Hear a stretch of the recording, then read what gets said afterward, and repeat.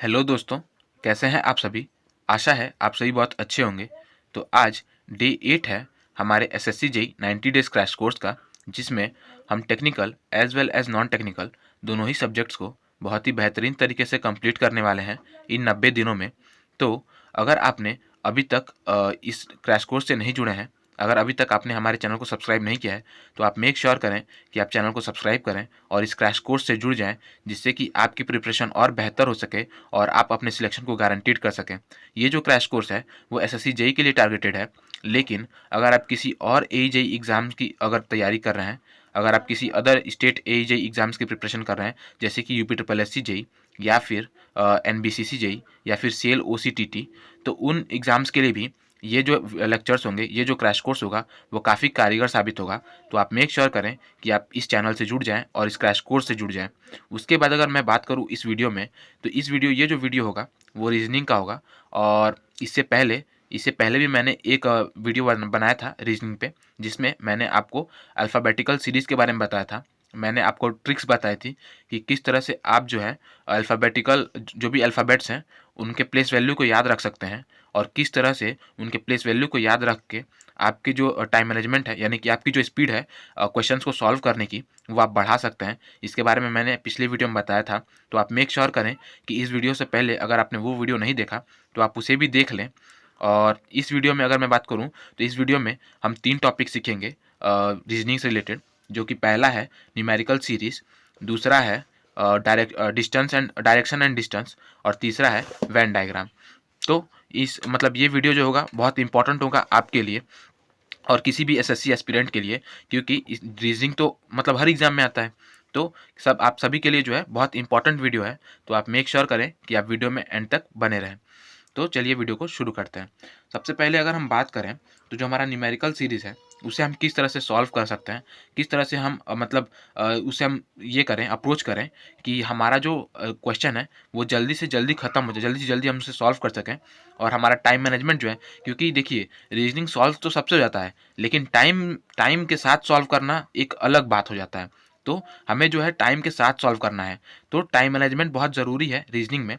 तो यहाँ पे मैं आपको देखिए न्यूमेरिकल सीरीज़ में कोई एक ऐसा प्रॉपर ट्रिक या फिर कोई एक ऐसा प्रॉपर ये नहीं बता सकता, मैं कोई एक प्रॉपर फार्मूला नहीं बता सकता आपको, जिससे कि आप जो है किसी भी न्यूमेरिकल सीरीज़ को सॉल्व कर सकते हैं। क्योंकि न्यूमेरिकल सीरीज़ के जो लॉजिक हो सकते हैं वो बहुत सारे इन्फिनाइट लॉजिक्स हो सकते हैं, अलग अलग पर्सन के लिए अलग अलग लॉजिक हो सकते हैं एक ही क्वेश्चन के लिए। तो उसमें कोई ये नहीं है, लेकिन मैं आपको एक अप्रोच बता सकता हूँ कि आपका अप्रोच कैसा होना चाहिए, जिससे कि आप जो है उस क्वेश्चन को जल्द से जल्द समझ सकते हैं, उस क्वेश्चन को क्रैक कर सकते हैं। तो देखिए न्यूमेरिकल सीरीज़ के लिए एक ही अप्रोच है जो सबसे बेस्ट है आपके लिए और मेरे लिए, और इसी अप्रोच को मैं भी ट्राई करता हूँ अपने एग्जाम्स में, जो कि है guess the relation between the numbers by their gap. यानी कि जो कॉन्जिक्यूटिव नंबर्स हैं, यानी कि सीरीज़ में जो आपको नंबर दिए गए हैं, उन नंबर के बीच में किस तरह का गैप है, किस तरह का गैप है, उस गैप को देखकर आपको पता लगा, आप मतलब उस गैप को देख के गेस कर सकते हैं कि इस न्यूमेरिकल सीरीज़ में किस तरह का सीरीज फॉलो हो रहा है, किस तरह का लॉजिक लग रहा है। जैसे कि यहाँ पे मैंने 4 क्वेश्चंस आपको दिए हैं समझाने के लिए। तो इन क्वेश्चन से मैं कोशिश करूँगा कि आपको बेहतर से बेहतर समझा सकूँ और आपकी हेल्प कर सकूँ। तो देखिए पहला क्वेश्चन ये है कि 2 3 5 8 13 ये एक सीरीज़ दी गई है यहाँ से 2 3 5 8 13। तो आगे की सीरीज़ का हमें क्या होगा ये बताना है। तो देखिए यहाँ पे अगर आप देखें तो सबसे पहले हम अपने क्या बोलते हैं, मैंने जो आपको प्रिंसिपल बताया, जो अपना ट्रिक बताया, उसमें क्या करना है, आपको सबसे पहले गैप फाइंड आउट करना है। तो यहाँ पे देखिए ये वन, यहाँ पे 1 का गैप है, यहाँ पे 2 का गैप है, यहाँ पे आपका 3 का गैप है, अब यहाँ पे आपका 5 का गैप है ना। 1 2 3 फिर उसके बाद 5 का गैप है ना। तो यहाँ पे क्या होगा, बहुत बच्चे सोच रहे होंगे कि 1 के बाद 2 फिर 2 के बाद 3 आए तो 3 के बाद 4 आना चाहिए। बिल्कुल सही बात है, 4 आ भी सकता था, ये तो मतलब वैरी करेगा, लेकिन यहाँ पे हमें दिया गया है 5, ठीक है। यानी कि तब आपका सीरीज कैसा बन रहा है, तो आप यहाँ पे अगर ध्यान देखें तो 1 2 3 5 ये सभी प्राइम नंबर्स हैं। कैसे नंबर हैं, प्राइम नंबर्स हैं। यानी कि 1 भी प्राइम नंबर है, 2 भी प्राइम नंबर है, 3 भी प्राइम नंबर है, 5 भी प्राइम नंबर है। तो इसके बाद कौन सा नंबर जुड़ना चाहिए? ऑब्वियस सी बात है, इसके बाद हमारा जो है अगला प्राइम नंबर कौन है? 7 है। तो हमारा प्राइम नंबर 7 जुड़ेगा और यहाँ पे जो आंसर होगा वो 20 होगा। तो आई होप मैंने ये आपको क्लियर कर दिया होगा। तो हमारा अप्रोच कुछ इस तरह से होना चाहिए। उस मतलब गैप को फाइंड आउट करके उसके बाद हमें हमें पता लगाना है कि इस गैप में कौन सा रिलेशन बन रहा है, किस तरह का रिलेशन है। ठीक है? अब हम बात करते हैं, और ये जो चीज़ मैं आपको बता रहा हूँ ना, जैसे मैंने आपको बताया कि यहाँ पे मतलब प्राइम नंबर आ रहा है या फिर मतलब किस तरह का रिलेशन आ रहा है। ये जो रिलेशन है वो समझने की जो आपकी शक्ति है, इस रिलेशन को समझने की शक्ति, वो आपकी दिन प्रतिदिन बढ़ते जाएगी अगर आप प्रैक्टिस करना चालू करेंगे तो। तो फिलहाल तो हम जो है मतलब ये जो भी मैं मतलब ट्रिक्स हैं उनको मैं आपको बता रहा हूँ। और उसके बाद जब हमारा नेक्स्ट मंथ चालू होगा, मतलब अभी तो 90 डेज़ का क्रैश कोर्स है, तो इस 90 डेज़ के क्रैश कोर्स में समझिए जब 30 डेज़ के बाद, ठीक है, 30 डेज़ के बाद जो है हम जो है रीजनिंग के लिए भी क्या बोलते हैं क्वेश्चन सॉल्व करेंगे, प्रैक्टिस करेंगे, जिससे कि हमारा जो अप्रोच करने का तरीका है वो मतलब बदल सके और हम उसे बेहतर बना सके। मतलब अलग-अलग क्वेश्चंस का अप्रोच अलग-अलग करके हम उसे और आसानी से सॉल्व कर सकें, अपने टाइम को मैनेज कर सकें, उसे हम सीखेंगे। तो आप मेक श्योर करें कि आप चैनल को सब्सक्राइब कर लें, जिससे कि आप भी ये सभी चीज़ें सीख सकें और अपनी प्रिपरेशन को बेहतर बना सकें। इसके बाद आते हैं अगले क्वेश्चन पे। तो अगला क्वेश्चन है 2, फिर है 12, फिर है 60, फिर है 240। अब देखिए, क्योंकि यहाँ पे जो हमारा गैप है वो काफ़ी मतलब ज़्यादा इंक्रीज़ कर रहा है। अगर हम यहाँ पे देखें, मतलब अगर हम ऐसे गैप देखें, तो यहाँ पे गैप कितने का हो रहा है? 10 नंबर का हो रहा है। यहाँ पे गैप कितने नंबर का हो रहा है? तो ऑब्वियस बात है, यहाँ पे 48 नंबर का हो रहा है। फिर यहाँ पे अगर देखें तो यहाँ पे फिर हमारा 180 नंबर का हो रहा है। तो ये किसी तरह का मतलब लॉजिक नहीं बन रहा। तो जहाँ पे इस तरह का गैप हो, बहुत ज़्यादा गैप हो, वहाँ पे मल्टीप्लिकेशन का सीरीज़ होता है। ठीक है? तो अगर मल्टीप्लिकेशन में देखें तो यहाँ पे इंटू 6 हुआ है, यहाँ पे इंटू 5 हुआ है, यहाँ पे इंटू 4 हुआ है, तो यहाँ पे क्या होगा? इंटू 3 होगा और आपका आंसर आ जाएगा कितना? तो वो आ जाएगा आपका 720। ठीक है? तो ये हो गया इसके बारे में, मतलब दूसरा क्वेश्चन। तो ये हो गया, मैंने आपको बता दिया कि किस तरह से एडिशन वाला है, फिर एक नॉर्मल सीरीज़ किस तरह से चलता है, मल्टीप्लिकेशन वाला सीरीज़ किस तरह से चलता है। अब एक ये सीरीज़ जो है उसे आप ज़रा देखिए, क्या है? 1 1 5 3 25 9। ठीक है? तो आप इसमें देखेंगे तो ये 2 बार 1 आया है, फिर 5, फिर घट गया 3, फिर 25। तो ये सीरीज़ जो है वो डुअल सीरीज़ चल रहा है। इस एक ही सीरीज़ में 2 सीरीज़ चला रहे हैं हम लोग। इसे हम तोड़ सकते हैं किस तरह से? तो 1 5 25 और 1 3 9 थे, मतलब इस तरह से कुछ। ठीक है? इस तरह से तोड़ सकते हैं, तो हमें पता चलेगा कि हाँ, ये 1 है, फिर 5 है, फिर 25 है। तो फिर अब यहाँ पे जो होगा वो इस सीरीज़ के थ्रू जो होगा आएगा। तो आप देखेंगे अगर ध्यान से, तो ये क्या है? 1 है, उसके बाद 5 है, उसके बाद 25 है। तो किसी तरह का एडिशन वाला तो बन नहीं रहा है। ऑब्वियस सी बात है, किसी तरह का एडिशन तो आ नहीं रहा है। लेकिन हो क्या रहा है, आप ये देखिए कि 1 है, 1 का हमने मल्टीप्लाई किया कितने से? 5 से। ठीक है? फिर हमने मल्टीप्लाई किया कितने से? 5 से। फिर हम मल्टीप्लाई करेंगे किससे? 5 से। तो हमारा कितना आ जाएगा? 125। तो एक चीज़ ये हो गया, ठीक है? और मेरे कुछ दोस्त ऐसे भी होंगे जो ये समझ सकते हैं कि आप जो है इसे बोल सकते हैं 5 पे पावर 0। 5 पे पावर 0 का वैल्यू कितना होता है? 1 होता है। फिर इसे हम लिख सकते हैं 5 पे पावर वैल्यू 1, 5 पे पावर 1। फिर आप इसे 5 का स्क्वायर बोल सकते हैं। फिर यहाँ पे जो है आपका 5 का क्यूब आ जाएगा और इसका भी वैल्यू एट द एंड 125 ही होता है। तो लगाने के तरीके बहुत हो सकते हैं, आपका अपना लॉजिक हो सकता है, हर अलग-अलग पर्सन का अलग-अलग लॉजिक हो सकता है। मैटर ये करता है कि आप कितनी आसानी से जो है आंसर ला लेते हैं, कितने कम समय में, ठीक है? तो ये हो गया डुअल सीरीज़ के बारे में। अब ये एक सीरीज़ देखिएगा, 50, 65, 82 और फिर कुछ नहीं, मतलब कुछ बताना है हमें, क्वेश्चन मार्क। तो आप अगर ध्यान देखिए तो यहाँ पे 15 का गैप बन रहा है, यहाँ पे जो है हमारा सीधा कितना गैप बन रहा है? तो 65, 65 और 20, 85, मतलब 20 से भी कम, यानी 17 का, ठीक है? यहाँ पे 17 नंबर का गैप बन रहा है। तो यहाँ पे आगे कौन क्या होना चाहिए? ठीक है? तो यहाँ पे अगर मैं बात करूँ तो इस तरह से हम नहीं बता सकते, क्योंकि सिर्फ़ 2 नंबर दिया गया है, हमें 2 गैप से नहीं पता चल सकता कि कितना हमें रखना चाहिए, ठीक है? तो हम क्या करेंगे, हम ये करेंगे, हम अगर ध्यान से अगर हम देखें, आपको सीरीज़ में एक और चीज़ ध्यान में रखनी है। वो क्या है कि आपको ध्यान में रखना है, क्योंकि अब कॉम्पिटिशन का लेवल बहुत हाई हो गया है, तो रीज़निंग में स्क्वायर्स, यानी कि स्क्वायर्स और क्यूब का भी बहुत ज़्यादा यूज़ हो रहा है, ठीक है? यानी कि रीज़निंग में बहुत मतलब कहीं भी किसी भी क्वेश्चन में स्क्वायर का रिलेशन आ सकता है, क्यूब का रिलेशन आ सकता है। तो आपको ध्यान में रखना है कि अगर इन नंबर्स का रिलेशन, अगर ये नंबर्स जो हैं स्क्वायर के आस-पास हैं, तो आप मेक श्योर करें कि आप उसे चेक कर लें एक बार, उसे आप ज़रूर चेक करें, क्योंकि बहुत सारे ऐसे क्वेश्चन्स हैं जिन्हें कि मतलब आप इस तरह से सॉल्व करना चाहेंगे आसानी से, तो वो नहीं हो पाएगा, और अगर आप उसमें स्क्वायर का आप एप्लीकेशन करेंगे, स्क्वायर मेथड से, तो बहुत आसानी से हो सकता है। तो आप अगर इसी क्वेश्चन को देखें, तो ये जो है वो क्या है? 7 का स्क्वायर प्लस 1, ठीक है। इसे अगर आप देखें तो ये है 8 का स्क्वायर प्लस 1, और इसे अगर आप देखें तो ये है आपका 9 का स्क्वायर प्लस 1। तो इसके बाद वाला क्या होगा, तो इसके बाद वाला होगा 10 का स्क्वायर प्लस 1।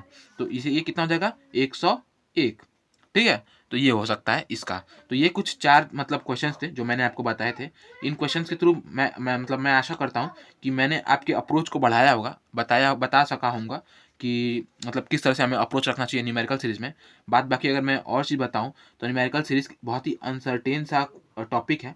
इसका कोई ये नहीं है कि आपको ये लॉजिक आएगा ही या फिर नहीं आएगा, आप उसे अप्रोच कीजिएगा। और मैं आपको यही कहूँगा कि अगर आप 30 या फिर 40 सेकंड के अंदर में या फिर मैक्स टू मैक्स अगर आपने 1 मिनट वहाँ पे दे दिया किसी क्वेश्चन पे और आपको लॉजिक नहीं मिला, तो मैं आपसे यही निवेदन करूँगा कि उस क्वेश्चन को आप स्किप कर दें, क्योंकि एट द एंड वो आपका सिर्फ और सिर्फ टाइम वेस्ट करेगा। ठीक है, तो न्यूमेरिकल सीरीज ऐसा अनसर्टेन सा चीज़ है जिसे आप अप्रोच करें, अप्रोच करके देखें, अपने ट्रिक्स को देखें, और अगर आपको आता है तो आप उसे ऑब्वियस बात है क्रैक कर दें, और अगर नहीं तो फिर उसे स्किप कर दें। उसे फालतू में टाइम वेस्ट ना करें, क्योंकि ये एक बहुत अनसर्टेन सा चीज़ है और इसमें जो लॉजिक यूज़ होते हैं वो इन्फानाइट है, कोई ऐसा सर्टेन सा लॉजिक नहीं है। बहुत मतलब अलग अलग पर्सन के लिए अलग अलग लॉजिक हो सकता है, बहुत सारे लॉजिक्स हम बना सकते हैं इसमें, तो कोई ऐसा ये नहीं है।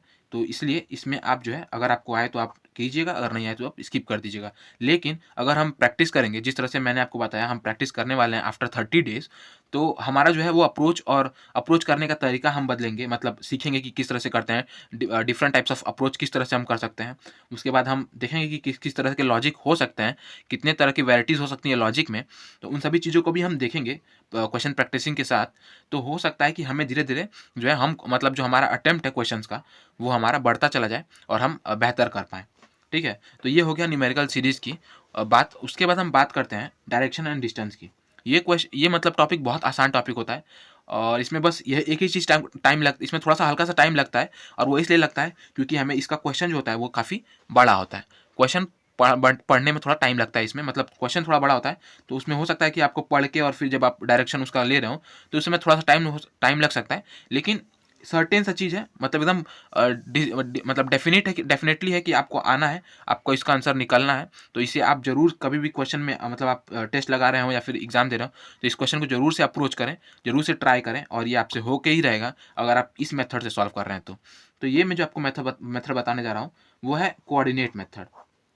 कोऑर्डिनेट मेथड में हम क्या करते हैं, हम एक ऐसा मतलब कोऑर्डिनेशन बना देते हैं। ठीक है, यानी कि हम कोऑर्डिनेट बना लिए, यहाँ पे हम नहीं, देखिए यहाँ पे ये कोऑर्डिनेट एक्स वाई वाला नहीं है, यहाँ पे हम बस एक कोऑर्डिनेट बना रहे हैं, और हमें मालूम है कि ये हमारा नॉर्थ है, ये हमारा साउथ है, ये हमारा ईस्ट है, और ये हमारा वेस्ट है। ठीक है, तो ये हमने सब कुछ अपना जान लिया, हमें इसके बारे में सब मालूम है, हमने ये कोऑर्डिनेट बना लिया। और याद रखिएगा, हमारा इसमें जो स्टार्टिंग पॉइंट होगा, यानी जो हमारा स्टार्टिंग पॉइंट होगा, वो हमारा हमेशा ऑरिजिन होगा।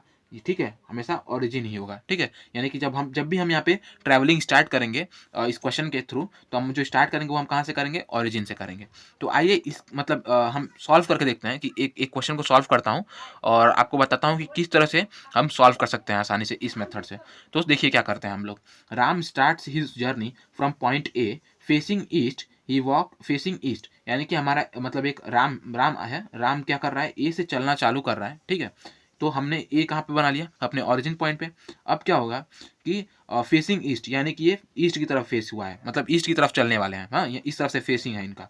उसके बाद ही वॉक्स 5 मीटर, यानी कि ईस्ट तरफ से 5 मीटर, तो हमने 5 मीटर ईस्ट की तरफ चला लिया। उसके बाद then takes his right and walk 10 metre, उसके बाद इन्होंने राइट लिया। तो राइट लेने का मतलब है कि आप वहाँ पे एज्यूम कर सकते हैं अपने आप को खड़ा होकर इस फेसिंग में, तो आपका राइट कहाँ होगा, तो आपका राइट हमेशा कहाँ पे होगा, इस साइड होगा। ठीक है, आप अपने आराम से मतलब एज्यूम कर सकते हैं। थोड़ा सा आपको हो सकता है कि इसमें थोड़ा सा कभी मतलब स्टार्टिंग में दिक्कत हो, लेकिन विथ टाइम आप इसमें प्रोफिशिएंट हो जाएंगे और काफ़ी इफेक्टिवली और काफ़ी आसानी तरीके से आप सॉल्व कर पाएंगे। तो 5 मीटर लेता है, उसके बाद उसका राइट लेता है। ठीक है, उसके बाद राइट लेता है, तो राइट लेके फिर कितना चलता है, 10 मीटर। तो 10 मीटर चल दिया हमने। ठीक है, 10 मीटर चल गया। उसके बाद and then again takes right, अब देन अगेन टेक्स राइट, तो फिर से आप देख सकते हैं, तो नॉर्थ में हमारा राइट ये होता है, साउथ में हमारा राइट ये हो जाएगा। क्यों, क्योंकि फेसिंग इसका साउथ में है। तो अब हमने राइट ले लिया, तो राइट फिर कितना चल रहा है, takes right and walks 5 metre, तो फिर हमने 5 मीटर यहाँ पे चला दिया। तो वो जो है मतलब पहुंच गया, अपने डेस्टिनेशन पे पहुंच गया। ठीक है, यानी पॉइंट बी पे पहुंच गया। तो in which direction he is facing, तो अब किस डायरेक्शन में फेसिंग कर रहा है, तो इसका जो फेसिंग है वो किस डायरेक्शन में है, वेस्ट डायरेक्शन में है। ठीक है, इसका फेसिंग जो है वो किस डायरेक्शन में है, वेस्ट डायरेक्शन में है। और बात करें कि ये डिस्टेंस कितने डिस्टेंस पे है रिलेटिवली ए के, मतलब एक रिलेशन में कितने डिस्टेंस पे है, तो एक रिलेशन में वो एक रिलेशन में वो 10 मीटर के डिस्टेंस पे है, 10 मीटर के डिस्टेंस पे है। और किस अगर डायरेक्शन की बात करें तो 10 मीटर साउथ में है, 10 मीटर साउथ में है, ठीक है ना। यानी ए के तुलना में 10 मीटर साउथ अगर हम जाएं तो हमें ये जो है बी पॉइंट मिल जाएगा। और अगर इसका हम फेसिंग की बात करें, राम की फेसिंग की, तो वो वेस्ट है। तो आई होप कि मैं ये टॉपिक आपको समझा पाया हूँगा और समझ भी गए होंगे आप। और इस तरह से सॉल्व करने से आसानी से क्वेश्चंस हो जाते हैं। बस एक चीज़ करना है, क्योंकि देखिए प्रैक्टिस मेक्स मैन परफेक्ट, ठीक है, प्रैक्टिस मेक्स मैन परफेक्ट। तो रीजनिंग में बस यही है, आपको प्रैक्टिस करनी है और आप धीरे धीरे अपने आप परफेक्ट होते चले जाएंगे। उसके बाद हम बात करते हैं वेन डायग्राम की। वेन डायग्राम भी बहुत इंपॉर्टेंट टॉपिक है और इससे रिलेटेड बहुत सारे क्वेश्चंस आते हैं एसएससी जेई में ही नहीं, बल्कि अदर एसएससी के एग्जाम में या फिर अदर कॉम्पिटिटिव एग्जाम्स में भी। तो वेन डायग्राम हम यूज़ क्या करते हैं, इसका यूज़ क्या होता है, तो इसके थ्रू, मतलब वेन डायग्राम के थ्रू हम बेसिकली रिप्रेजेंट करते हैं क्या चीज़ को, तो हम रिप्रेजेंट करते हैं रिलेशनशिप को हम रिप्रेजेंट करते हैं डिफरेंट वर्ड्स में। मतलब अगर डिफरेंट वर्ड्स दिए गए हैं हमारे पास, मतलब एक्स वाई जेड दिया गया है, तो हम वेन डायग्राम के थ्रू बताते हैं कि इस एक्स वाई जेड में किस तरह का रिलेशनशिप है, ठीक है। तो आइए मैं आपको थोड़ा सा मतलब एग्जाम्पल से बताता हूँ। यहाँ पे दिए गए 3 वर्ड्स दिए गए, डॉक्टर्स, मेल और फीमेल, यानी कि हमें इन 3 वर्ड्स में क्या बोलते हैं रिलेशनशिप बताना है। तो देखिए ये हो गया हमारे डॉक्टर्स, यहाँ पे हम सर्कल बना के बताएंगे आपको। तो ये हो गया आपका डॉक्टर हम मान लिए कि ये हमारा डॉक्टर रेड्डी, ठीक है। उसके बाद मान लीजिए मेल और फीमेल, तब हम बताना है कि कितने मेल्स इसमें से डॉक्टर हो सकते हैं, मतलब फीमेल और मेल में क्या रिलेशनशिप हो सकता है डॉक्टर के लिए। तो ऐसा तो है ना कि सभी डॉक्टर्स फीमेल ही होंगी, तो कुछ फीमेल्स हो सकती हैं कि डॉक्टर हो, ठीक है। ये हो गया हमारा फीमेल, ठीक है। और देखिए, और ऐसा भी नहीं है ना कि ये सारी फीमेल्स ही डॉक्टर हो जाए, ये भी सही बात नहीं है ना, सारी फीमेल्स डॉक्टर नहीं होती हैं और सारी डॉक्टर्स फीमेल नहीं होती। तो कुछ पोर्शन जो है हमारे यहाँ पे, ये जो पोर्शन है वो फीमेल्स डॉक्टर हैं, ठीक है, बाकी जो नहीं है वो यहाँ पे आ गए, ठीक है। अब हम बात करते हैं मेल की, तो इसका भी पार्ट जो है कुछ इस तरह से हो जाएगा। यानी कि ये हो गया मेल, यानी कि कुछ सब मेल तो डॉक्टर्स होंगे नहीं, तो कुछ मेल हमारे डॉक्टर्स हैं और कुछ मेल हमारे जो है अपना अलग काम करते हैं, ठीक है। तो इस तरह से हमने मतलब ये जो है हमारा रिलेशनशिप हो गया डॉक्टर्स मेल और फीमेल में, वेन डायग्राम अगर हम बनाए तो। अब हम बात करते हैं अगले क्वेश्चन की, इससे आपको और अच्छे से समझ में आएगा। फूड, वेजिटेबल, पोटैटोज, ठीक है। यानी कि अब बात करें फूड की, तो हम जो चीज़ खाते हैं वो सब हमारा फूड होता है, तो फूड। अब फूड में हम वेजिटेबल्स भी खाते हैं, तो फूड के अंदर ही आएगा वेजिटेबल, क्यों, है ना, फूड के अंदर वेजिटेबल आ जाएगा। और वेजिटेबल के अंदर आएगा पोटैटो, क्योंकि पोटैटो एक वेजिटेबल है, तो इसके अंदर आ जाएगा। तो ये हमारा जो हुआ रिलेशनशिप हो जाएगा वेन डायग्राम के लिए, मतलब वेन डायग्राम अगर हम बनाएं इनके लिए तो ये हो जाएगा, ठीक है। तो ये चीज़ हमके, अब देखिए ये तो ऐसा तो आता ही है, ऐसा मतलब आता ही है कि हाँ वर्ड्स दे देता है और बताता है कि इनके बीच में कौन सा रिलेशनशिप है और आपको उसको खोज के बताना होता है। लेकिन इसके साथ साथ इस तरह का भी क्वेश्चन आता है, और क्या मतलब मैंने तो यहाँ पे आपको एक सिंपल सा, यहाँ पे क्योंकि आपको समझाना था तो बहुत सिंपल सा मैंने आपको यहाँ पे एक दिया है, क्या कहते हैं, क्वेश्चन बनाया है। लेकिन वहाँ पे तो है थोड़ा सा और इसको क्या कहते हैं क्रिटिकल कर देते हैं लोग, थोड़ा सा और टफ कर देते हैं, मतलब 3-4 और इसमें सेक्शन जुड़ जाते हैं। लेकिन कोई नहीं, हम इससे भी सीख लेंगे। तो सीखने के बाद हमें कितना भी क्वेश्चन, बेसिक कॉन्सेप्ट यही है। तो यहाँ पे बताया गया है कि जो रेक्टेंगल है, ये जो रेक्टेंगल है वो रिप्रेजेंट कर रहा है मेल्स को, सर्कल जो है वो रिप्रेजेंट कर रहा है टीचर्स को, और जो ट्रायंगल है वो रिप्रेजेंट कर रहा है स्पोर्ट्समैन को, ठीक है। यानी कि रेक्टेंगल, सर्कल और ट्रायंगल का बताया गया है कि किसको किसको रिप्रेजेंट कर रहा है। अब यहाँ पे पूछा गया है कि आप बताइए कि कितने ऐसे मेल टीचर्स हैं जो कि स्पोर्ट्समैन नहीं है, ठीक है, कितने ऐसे मेल टीचर्स हैं जो स्पोर्ट्समैन नहीं है। तो अगर हम इस ड्राइंग के अकॉर्डिंगली बताएं तो देखिए यहाँ पे क्या हो रहा है, रेक्टेंगल मेल है तो हमारा यहाँ पे मेल वर्ड आया है, तो ये जो रेक्टेंगल है, तो इस रेक्टेंगल को हम देख लिए कि ठीक है इतने ये चीज़ है। अब बताया है मेल्स टीचर्स, तो टीचर्स की बात करें तो टीचर की कौन दिखा रहा है, सर्कल टीचर दिखा रहा है। यानी कि ये अब रेक्टेंगल और सर्कल के बीच का जो चीज़ है, ये जो 6, 7 और 3 आ रहा है, 6, 7, 3 आ रहा है ना, ये 3 नंबर्स को हम कंसिडर करेंगे, ठीक है, 6, 7, 3। अब देखिए क्या होगा, अब देखिए यानी हमें मेल टीचर्स मिल गए, क्या मिल गया, मेल टीचर्स मिल गए, इतने मेल टीचर्स हैं। अब बताइए इतने मेल टीचर्स में से कौन स्पोर्ट्समैन नहीं, मतलब how many male teachers are not sportsman, कितने टीचर्स ऐसे हैं जो स्पोर्ट्समैन नहीं है, मेल टीचर्स। तो इतने तो मेल टीचर्स हो गए, लेकिन इसमें स्पोर्ट्समैन भी है कौन, ट्रायंगल स्पोर्ट्समैन दिखा रहा है, तो ये 3 वाला जो है वो स्पोर्ट्समैन भी है, यानी ये मेल टीचर जो है वो स्पोर्ट्समैन भी है। तो इसमें से हम 3 को कैंसिल कर देंगे, हटा देंगे, तो बचता है हमारे पास 6 और 7, यानी कि हमारे पास टोटल कितने मेल टीचर्स हैं जो स्पोर्ट्समैन नहीं है, तो वो हैं 13। तो ये आपका इस तरह से सॉल्व हो जाएगा, तो इसे भी आप आराम से सॉल्व कर सकते हैं। तो ये कुछ 3 टॉपिक्स थे जो कि मतलब बहुत इंपॉर्टेंट थे आपके रीजनिंग के लिए, रीजनिंग टॉपिक के लिए। और जैसा कि मैंने आपको बताया, ये जो है हमारा लेक्चर 2 था रीजनिंग का। इससे पहले मैंने अल्फ़ाबेटिकल सीरीज़ आपको बताया है, तो आप उसे एक बार ज़रूर से चेकआउट कर लीजिएगा अगर अभी तक आपने नहीं किया। और चैनल को भी सब्सक्राइब कर लीजिएगा, जिससे कि आपको इंजीनियरिंग एग्ज़ाम से रिलेटेड जो भी प्रिपरेशन के कंटेंट है वो मिलते रहें। और वीडियो पसंद आया हो तो वीडियो को भी ज़रूर से लाइक कर दीजिएगा। और इसके साथ साथ पीडीएफ और नोट्स के लिए आप टेलीग्राम चैनल से जुड़ जाइएगा। और उसके साथ साथ आप व्हाट्सएप ग्रुप का मैंने लिंक दे रखा है डिस्क्रिप्शन में, आप व्हाट्सएप ग्रुप से भी जुड़ सकते हैं, जिससे कि हमारे और आपके बीच में जो इंटरेक्शन है वो और बेहतर हो सके। तो ये था इस वीडियो में। Keep watching, keep learning, keep sharing. Thank you.